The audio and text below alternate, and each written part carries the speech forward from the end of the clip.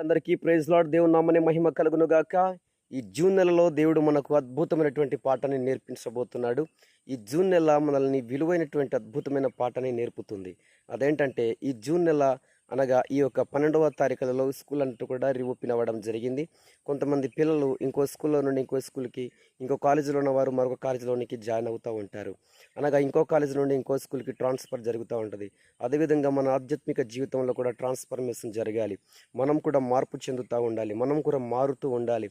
ఇదివరకు ఆలోచించినటువంటి ఆలోచన కాక మరొక ఆలోచనతో కొత్త నిర్ణయాలను తీసుకోవాల్సినటువంటి సమయం. అలాగనే మరి విత్తే కాలం అనగా విత్తే సమయం.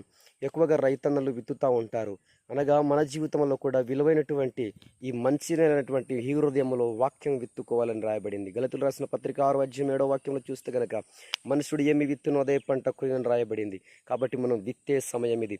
అలాగుననే ప్రార్థనలు ఎదగవలసిన సమయం. ప్రార్థనలు ఎదగవలసిన సమయం ఏంటంటే మరి భూమి వర్షం కొరకు ఎదురు చూసినట్లుగా మనం కూడా ప్రార్థన గదిలోనికి వెళ్ళి దేవుని కృప కొరకు ఎదురు చూసే వారంగా ఉండాలి. మరి అదేవిధంగా సువార్తను ప్రకటించే సమయం. అనగా దేవుని ప్రేమను ఇంకా ఎరగని వారు అనేకులు ఉన్నారు.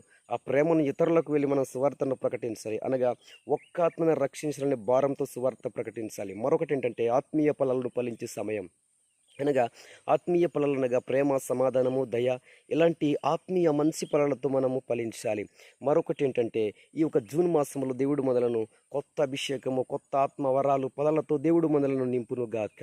ఈ వీడియో మీకు నచ్చినట్లయితే షేర్ చేయండి, లైక్ చేయండి, కామెంట్స్ చేయండి, సబ్స్క్రైబ్ చేయండి. సబ్స్క్రైబ్ చేసేటప్పుడు బెల్ ఐకాన్ కొట్టగానే ఆల్ ఆప్షన్ వస్తుంది. ఆల్ ఆప్షన్ నొక్కగానే మరి మేము పెట్టే ప్రతి వీడియోస్ కూడా నేరుగా నోటిఫికేషన్ ద్వారా మీ వద్దకు వస్తూ ఉంటాయి. దాంట్లో నేరుగా వెళ్ళి మా యొక్క వీడియోస్ని మీరు చూడవచ్చు. Thank you. God bless you. దేవుడు మిమ్మల్ని దీవించును గాక.